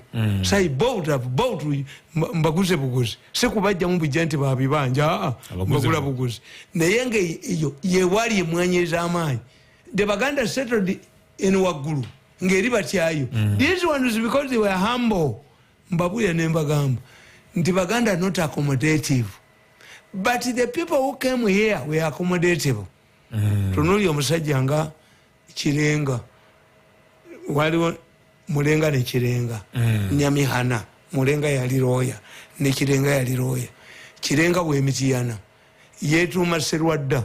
N'awasa omukazi Omuganda. Ne bamuwa scholarship y'Emmengo. Bw'oba tebe yakuba Obwakabaka n'agamba nze Kirenga mutabani wa Ndazibonye. So these people hid themselves. Yeah. Buli w'obalaba kati. When you send ne Muganda standing in Buganda, kakati kankubuli ekigambo Masaka kiva mu Masaka Muwemba kya Lunyarwanda. Pokino omwami ayitibwa omwami w'Ebuddu Pokino kigambo kya Lunyolo. Pokino Lunyolo. Omwami w'essaza Pokino. Yes. Kakati n'okutegeera nti now Museveni balwanyisa be baani. land has evolved from Mairo land. When you look at the owners, or the original owners of Mukanana, Vacharirina, the church has reached a level, etunda ne kanisa, nabaganti kanisa, bajitunda bajimani, chiboneka, and the Cumberland Advocates, bari baro yabena, Anglican church. Nebagambo mulamus, church is CFA, Ngabagara batundewu. Waliwo project je bagenda okukola we yaleerwe. Era kanisa tejja kuddawo. Museveni was incited. Nakalema Mwenjina is a regional police commander. Kanzije katontandikira. Akamwes Shopping Mall tulina ebifo by'okupangisa ebya office n'amaduuka, tulina supermarket zirina buli kimu, hoteli ezitunda emmere eya buli kika, ekifo ky'abaana we bazannyira, swimming pool ez'abaana abato n'abantu abakulu, washing bay ate nga bino bifuna ku bbeeyi ensaamusaamu. Tulina gardens eri gwe alina omukolo, sauna, gym, so nga ate ne parking yaffe nga ziddala. Tusangibwa Kyebando ku luguudo lw'Eggayaza, kilomita emu nga wakava ku nkulungo y'e Kaleerwe. Okumanya ebisingawo kuba 0772 000 888 886 oba 0759 95 341. Akamwes Shopping Mall. Yino njirese nakusuubiza ojjikuwa. Chokas bannange, that is very nice of you. Kati olina ky'omanja? Wow, ng'akamotoka kalungi. Ero ly'essanyu ly'ofuna buli lw'ogenda mu Success Motors. Tutunda emmotoka empya n'enkadde ku miwendo egisoboka. Kati okufuna emmotoka kyangu nnyo. Gulawo buguza akawunti naffe ku mitwalo 5 gyokka. Osasulire emmotoka y'ekirooto kyo ku kibanja mpola. Olina emmotoka nga weetaaga okukyusizaamu, gireete tukuweemu endala. Mbuzi bagambye be baani abo? Success Motors tusangibwa Kyambogo ku Jinja Road okumpi ne bondi ya Coin okuliraana Pepsi Cola era nga tulina n'ettabi eddala ekyaliwo Jala. Success Motors okumanya ebisingawo noti 7 noti 7 787 655 noti oba noti 781 818 443. Kala, love you paka last. Success Motors, walk in, drive out. Chalenga tonte kuletende. Chalenga tonto malamu promotioni. Chola bacho wangula. Kulabuguzi chalenga tonto. Kibera wansi wakasandikira. Mulimu ekirabo. Wamuli tukutuku kyengamba boda ZTV omukyene n'akawunga amasimu enkofiira zitishati gula Chalenga tonto kusinyira 10 lwokka weyunge mu malamu Chalenga tonto promotioni. Amakulu kusubula Chalenga tonto mukube essimu 0752 57 12 82 njiddamu 0752 57 12 82 wetabe mu malamu Chalenga tonto promotion ofuuka muwanguzi. Gwensonga kunsunsuzi tusonga nsonga kunsonga ne Adam Kungu.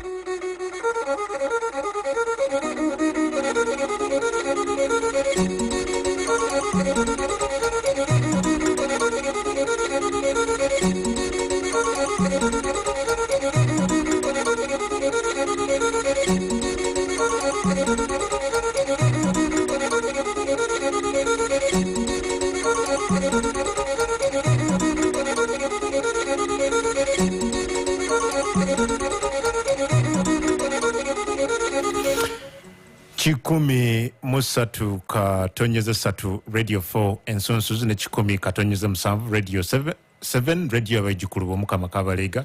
Nze Adam Kongo nkyalina omukulavu Tamale Mirundi media consultant mutabani wa Yowana Mirundi ne Mole Namatovu. Naye John wamutuma lya mzeyi. Okay. Njagala kujjukiza SAC Financial Services bano bakugamba nti bakuledde pichipichi kuloni gendo gyefunire mu bbanga lya nnaku 2 bafunye pichipichi okuba ku namba 0750 445 ankaga mukago gendo ofune pichipichi gye weetaaga. Ataska Light munoonyeeko osobola okumwemiisa akawungezi nga kano embeere kutambulira eddala bulungi nnyo bakubire ku namba ya 0800 27700 okukola order bamukuleterewo bogende ku mutimbagano www.partycentral.ug bajja kubeera nga bakuleeterawo kataska light embeera ekunyumire. Akamwes shopping mall eri kilomita emu yokka okuva ku roundabout y'Okalerwe. Bagamba nti balina space gy'osobola okukozesa n'opangisa n'oteekawo office oba amaduuka. Balina modern and well equipped supermarkets, balina restaurants ezifumba emmere, local foods ne fast foods. Balina kids park, balina swimming pool ez'abantu abakulu n'abaana, balina washing bay ku kasenta akatono ddala, balina gardens mwosobola oteeka emikolo egy'enjawulo, embaga, kwanjula, birthday parties n'ebirala. Balina sauna ne gym. Bakubire ku namba eno bali Kyebando wano ku Gayaza Road. Namba eri 0772 00 88 86 ne 0759 99 0759 95 3 beba Akamwes shopping mall. Njagala kuwebaza ku bantu ab'enjawulo abatugoberera wano. Abantu bange abali engombe eno bali bangi message nziraba wano, abali Ekyenshande, abali Emijjumwa, Kinyogoga, Igomero, Bulya Mushenyi, Kijumba, Kinoni, mwenna mwebala. Bali wali ng'ogende Masinde Kijunjubwa mwebale butava ku program eno. Message ziyita ku 075 kitange yampa n'ennyumba ew'okuzimba. Mwami Kaviri nete bakuwulira yogera ku muzindaalo wali esimu gimpe wano.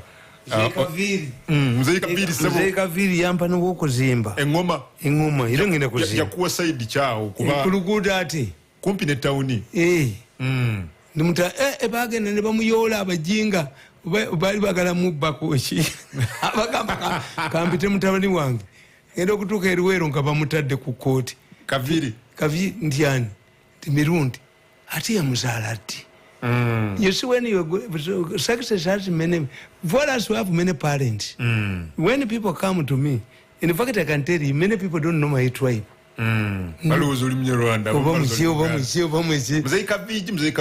Kaviri. Okay. Mutumiddeko yebale kubeera ku nteekateeka eno bannangoma mu. Yampa okuzimba. Yes. Okay, tusome wano. Neyogera ku muzindaalo mwami Tamale nsekuwulire. Soma akantu ako mu dakiika 10. Soma busomi. Olabe akatabo ako nakawandika ddi? Kano akatabo Understanding Mafia Politics. Understanding Mafia Politics. Byonna mu ebiri. Wakawandiika December 2012. Yes. Museveni byakola kati nebiwandiika dda ne mugatta sobola ne kino kijja gana until he used to say law. No, he used to use manipulation over the law. Nti an order of the president is not a directive. Museveni must put what he says into law. Kakati ate parliament mwakitwala yaberiti baloya be basinga abadrafting amateeka be bannanyini ttaka kubala ogwenda bya commenti nze ku bigambo bya Kirunda nti we binaaba challenge byayogedde nti ba DSCs balina okuba ne consent kiriwa mu mateeka akyogere gwe soma nkubuli ka 2012 2012 kasome Mafia Politics in the Judiciary gwe mutwe. Dr. Besigye and his cronies have extended their mafia politics to the judiciary. For example, the way the courts of law treat him and his groups speaks a lot. He gets bail on treasonable offenses. His hooligans are released on questionable court rulings. On land cases, magistrates give out eviction orders to undermine the law. Suspected criminals easily find their way out. However, the ordinary Ugandan is made to believe that these are fruits of an independent judiciary. An anti-corruption court was recently constituted, but it's just the name that separates it from other magistrates. Otherwise, as usual, suspects are simply released on technicalities. However, a critical look at the judiciary clearly manifests symptoms of mafia politics. How? Number one, when the government launched Operation Wembley, the lawyers complained that it was exercising extrajudicial methods. However, the population applauded the project because the majority of the robbers had been released from courts. On the surface, the judges blame poor investigations by the police, inevitably confirming that those released are real criminals. Number 2, on the rampant land evictions, most often than not, lawyers for poor peasants are compromised by the rich. The bona fide tenants who are protected by the law are declared squatters by the magistrates to render them helpless. Usually, land-related cases are deliberately delayed or fixed on contradicting dates to frustrate the poor peasants. The weak are given wrong dates. Judgments are deliberately in absence of the poor because they are confused to make them unable to attend court sessions.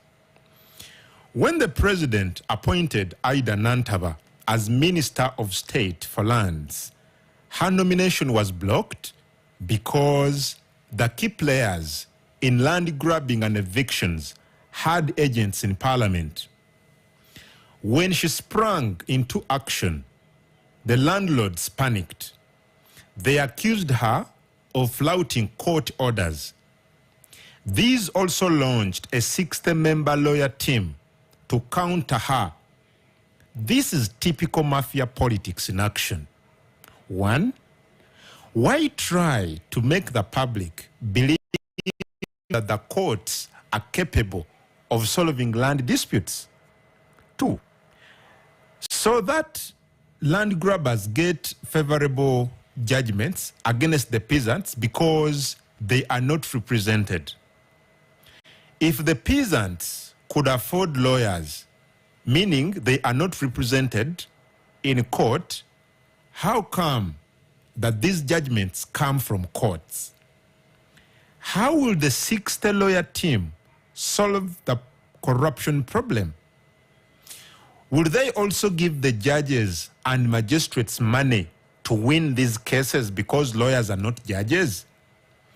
Judges and magistrates make these judgments not because they lack information. No, they do it deliberately to maintain land eviction as a money-minting machine. A judge will simply tell you that you have the right to appeal. Yes, but what about the damage suffered? Immediately, a land grabber gets favorable judgments, he demolishes the buildings, cuts down the plantation, and denies the tenants access to land. What do these get from an appeal, even if it is in their favor? Why not direct to maintain the status quo in case of land cases until all legal avenues are exhausted? Why do we expect fairness from the higher levels of the judiciary, not at the lower levels, which are closer to the people? This can only work out in medical fields where you can get first aid from the clinics and expect specialized treatment from medical doctors. It cannot work where it is used as an excuse for corrupt court officials to get money. The mafia politics assumes that you can get justice at higher courts, but deliberately knowing that by the time you will be exhausted and given up. When they make such statements of getting remedies from higher courts, it sounds as if it is simple. That if you do not find sugar in one shop, you go to the next one. This is not the case with courts of law. The damage is always irreparable.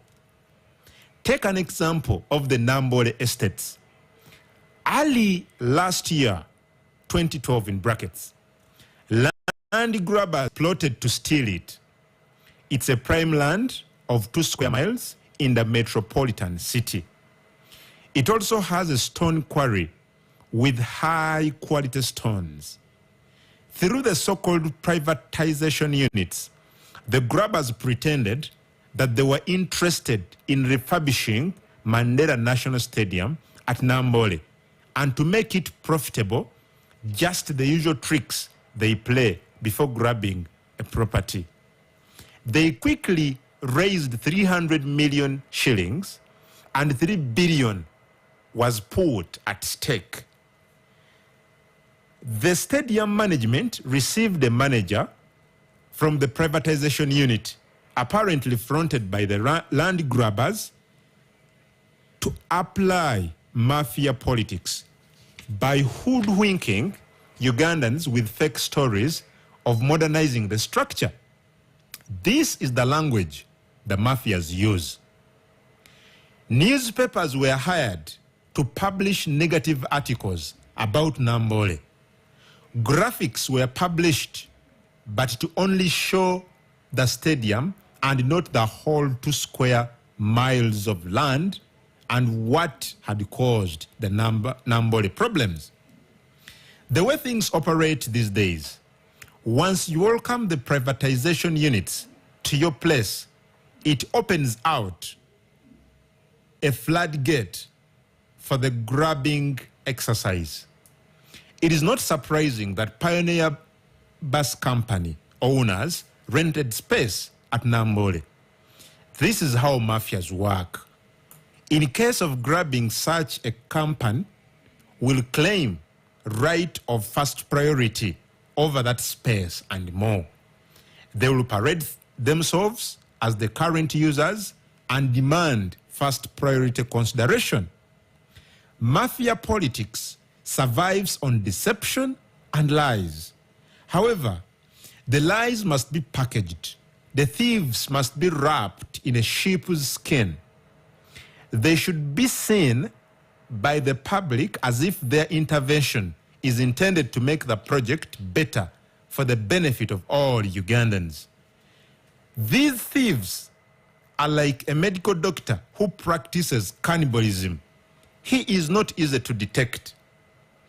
During the recent East and Central Challenge Cup, Sekafa, the thieves took advantage of the waterlogged Nambole to advance their argument that there was need for a private unit intervention.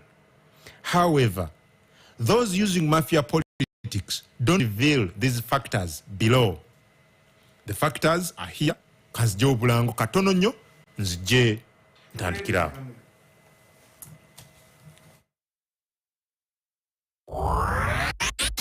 Cowboy Speciale, now available in affordable pouch packs of 25 grams, 50 grams, 100 grams, and 200 grams at your nearby shop.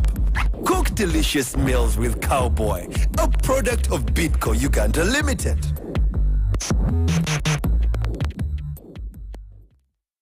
Chalenga tonte kuletende Chalenga tonto malamu promotioni Chola bato wangula Kulanguzi chalenga tonto Kibera wansi wakasanikira Muni mwechirabo Wamuni tukutuku chengamba boda boda ZTV Omchene nakawunga Amasimu Enkofida Zitishati Gula chalenga tonto kusinyiru kumiruoka Weyunge mu malamu chalenga tonto promotioni Amagulu kusubula chalenga tonto Mukube simu Zeno musambu tano bili Atano musambu Kumina bili Chinana mubili njidamo 0 musambu 5 bili atano musambu 12 chinana mubili wetame mu malamu chalenga tonto promotion ofuka muwanguzi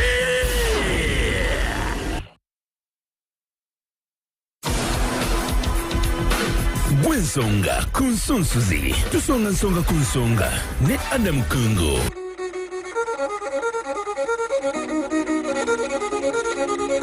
Chikumi musatu katonyeze satu Radio 4 ensunsuzi ne chikumi katonyeze musanvu Radio 7 Radio Bayijukulu abomukama kabaliga mwebale kubeerako message ziyita ku 07506 ane wimise kataska light nga bawuliza Gwensonga embere kutambulira ddala maridad sana kawomu kalimu eddekende atenga ofundira ddala ekyo kyennyini kyosinga okwetaaga buli wemisa kataska light.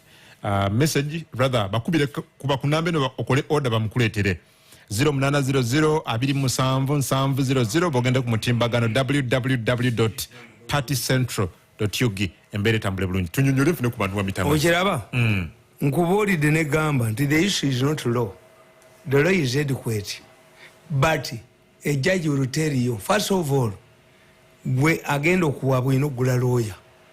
President we yaleta Nantaba mukyala Seninde n'omuvuka eyali kyamani w'e Masaka bagamba tutaddewo ttiimu y'abalooya ewoleza obwereere. I remember. Nga balimba ekyokubiri ne gamba ti ono omunaku agenda n'awaaba ennaku bazifikisinga. Lawyer gwe baatutteyo abayita ba squatters, the difference between the squatters and the bona fide occupants tebabimanyi.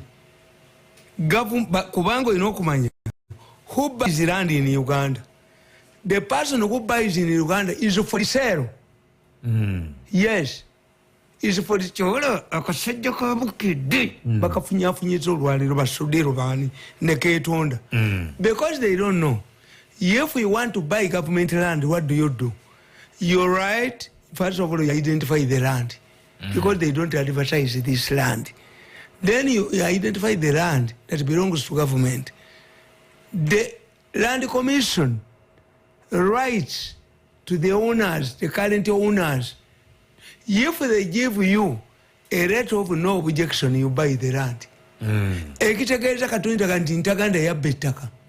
Toyinza ga nsudiru yabba ettaka okujjako nga yali wamba buwambi. But if we went through the land commission that was an authority at that time, ekyo kyakola ki?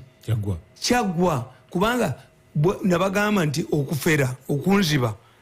Corruption means nti corruption kitegeeza nti I have the means okugirayo ekintu. Nti omuserikale wa traffic tayinza kuwa sente, toyinza muwa sente nti akugira omuserikale eruzira guba gusinze musiru. But if today kakati nga bwolaba nti abo abasajja bagula ettaka ly'omu paaka, how can they damage the taxi park? Why were you mulikuwa wapi when land was being taken away? Yes, you can go to court and put an injunction, but blackmail chovolaba chono kama mutadde mu red paper atone general praise no chono ko ya tabula sabili watakwate bana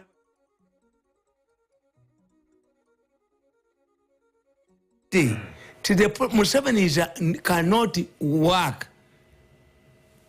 When you read this book further, jinaandika 2:12 nkugamba tulete teka nga ligamba nti if I lose a case in the magistrate court, ettaka lisigaleko status quo until nga all avenues.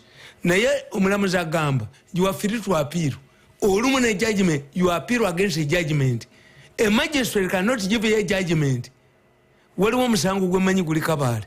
Omusajja yakwata ennyumba, yakwata omuntu nampangisa ennyumba ye nga balina oluganda. Omulamuzi omukonjo yagusaze. Omusajja omukadde eyalina ennyumba nga bonna bagimanyi yagambye nti ono yagijjamu yenna nnyiniyo. You make a problem. Genda okwate ennyumba ye eri mu kyalo ogiteeka mu muganda oba omuntu omulala agiremeramu. Iye bajja ne beekubisa ebifaananyi ne bakola ki? Kakati Museveni byayogera, we must approach the law. Okay. The law is adequate, but obuzannyo. Kati let me tell you, Museveni does not address obufere. Obufere. Nti abantu bangi baba tuteka ettaka lyabwe mu by'okuzannya. Ne baga nti gundi Manerenda aba yaguze ennyumba ya $1,500,000 bagitwalira kwaga 5. Kati obufere Museveni yagenda bukola ki? There is no law on obufere. obufere tabumanyi nti omusawo omuganda bagenda ne bakugamba nti gwe genda okole bwoti bibategera waliwo abapasita waliwo bamasheeke abagamba sebo bwoba ina kyotunda jangu kisabire people trust pastors trust sheikhs ne bababba gwolowooza nti ono yakusabidde olina kyotunda but the pastor the sheikh the Catholic priest they have a cartel of civils and the police nogula ekibanja nogula polotiyo kati ngema yaludda waawo wafe ekyengerawo okweyongerayo osanga ogula nga tewali kintu ogenda okuddayo nga bakolawo kabuli eri mu mbwa nga tewagisangawo anero see a person who took dule gundi n'abuuza anero see signs twice bamusime emyaka 10 puligi vero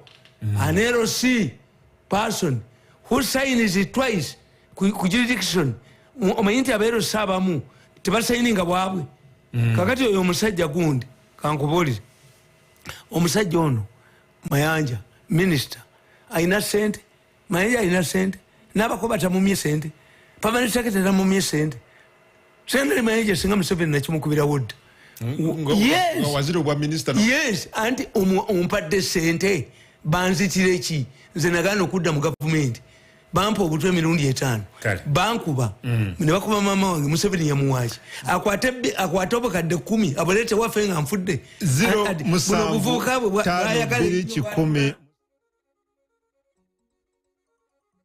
075 ne 0 koboyito yogereko n'omukuna Tamale Mirundi kasooka nsome message mu Tamale ono agambye kungu kwetuli mukuna mulamusiza yebale kuteesa bulungi ono ye Titus Rukireho nange kwendi wano egayaza ono agambye kungu kwetuli mu Tamale kakana nsome ku message wano kungu kungu I'm tuned in I'm Jesse photo studio tuliruzira Kirombe webale kutuweereza sebo salute to Mr. Tamale Mirundi abantu bakwebaza wano onagambye kungu sebo webale kubeerako kwetuli tugoberera onagambye kungu sebo naffe nakwetuli wano mwene banga Doni bwagambye okay abaana ne bagabana abaana bwe mugabana nga baddako omusiru ng'atunda ka politike endagano gye bakola ya kibanja kyonna nga batwala ekibanja ky'omuntu okay yes we must sit and address obufere hello radio 4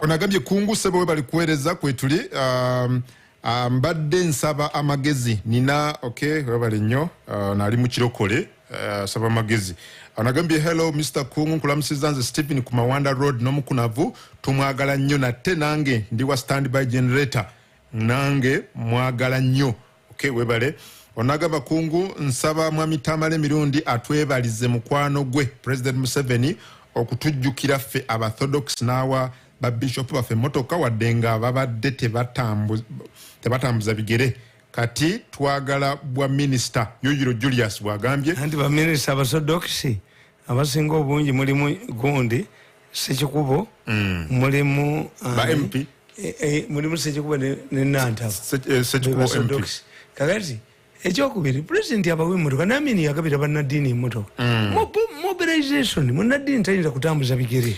Ryan from Zambia, thanks for the program, but where exactly can I find Mr. Tamale Mirundi's books? I want mu bookshop buno bwali bukadde bwadda nga mumpita musiru kakati kankubulya ebintu bibiri bookshops ki no bookshop ey'amaanyi waliwo n'omukyala atulali kati mbuddamu nnyo balagirira abantu bansabye obutawo nkugambye bakulimba waliwo abagamba tuleete ejjinja banfere banzibe ndi musiru koze katabo kya kaleke if you want a book omusawo omuganda nga mugendayo ne mugenda nti omusawo ali Tanzania limulinye emmotoka mbubagala mbubaweereze banzibe nze siri musiru kati kankubuulize Mayanja arrested a man called Serunjoji.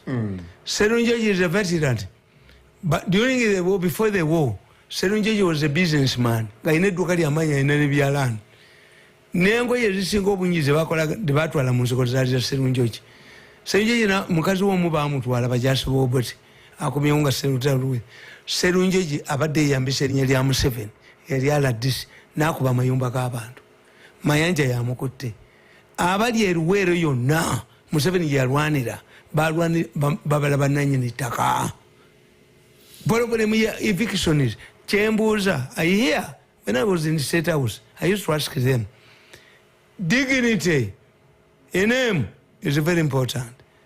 But many people who evict people claim that they are operating on Saleh's instructions, Jovia Saleh's instructions, Bakodomi ba Museveni. But why doesn't this family of Museveni get worried that these people akwatibwa nga yeyiso wasale asibwa emyaka emeka impersonation nakalima onagambye kungu kwetuli tube onagambye tube kakumiro kwetuli ampuliriza sivayo kansome ku message mu mitambala kade kawedeyo ono Julius Ekitegula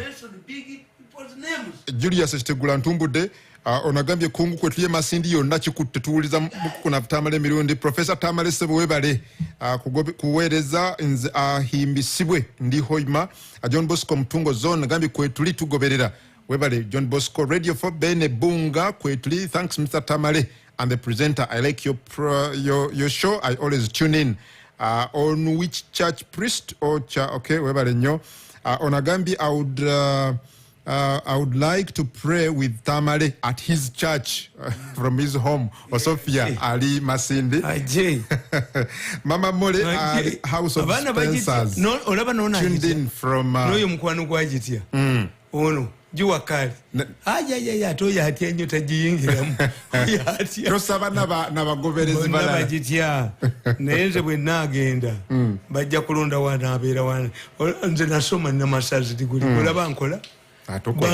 Listen to Funa. My mother pleaded with them to educate me. But my mother entered the shrine once and pleaded, Mumuleka some. Tiaja kusoma na itaja kola. Amwati home netulid. Kale webale amwati home tukome wana tusibula abantu Tamale. Kati nkubulira ne gamba. Te President Museveni bwe nakunganya ebitabo bye. Polona musomesere yakakola nyingi. The question is, why are they not implemented? One, taina ba disciples. Bala disibo n'omulimu gwabwe kutunda ttaka. Two, the minister of lands n'abakoba ate atulugunya ono Mayanja ne ministry yagiddukamu. Taina n'omwana ngenda mujjamu kubanze mugamba balowooza twafuuka kikolimu nze bankozesezza bwereere tewali ke bampadde. Uyo gwenkwata agayogera singa mukukubidde.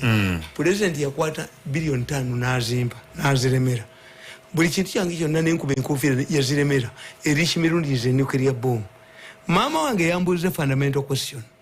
Yangambye siwulira nti Museveni bamubba awaayo sente endala nga abaali gundi abadelegesi b'NRM bwe bajja ne bamubba sente nga yewaayo endala. Lwaki abajasi abali Kongo bwe baba basente zabwe byakutaaga lwaki Museveni yawaayo endala? Lwaki nze Museveni ng'ategedde nti mukoddomo ye yabba sente zange lwaki Museveni tamba? Ekitegeeza Museveni is a nuclear bomb. Katika mtu sijja bakolera kubeera mbwa. I have to be a minister. I have to be a what? I will never. I'm tired of becoming impakas. My remaining years nenda kweberera bwa. Sida mu government. Na yoyo senze Adam Kongo tunadamu gatuze. Jamukuba. Ubadde uwuliza program Gwensonga wano ku 103.3 Radio 4 Ensunsuzi powered by Success Motors. Tutunda mmotoka empya n'enkadde ku miwendo egisoboka. Kati okufuna emmotoka kyangu nnyo. Gulawo buguza account naffe ku mitwalo 5 gyokka. Osasulire emmotoka y'ekirooto kyo ku kibanja mpola. Olina emmotoka nga weetaaga okukyusizaamu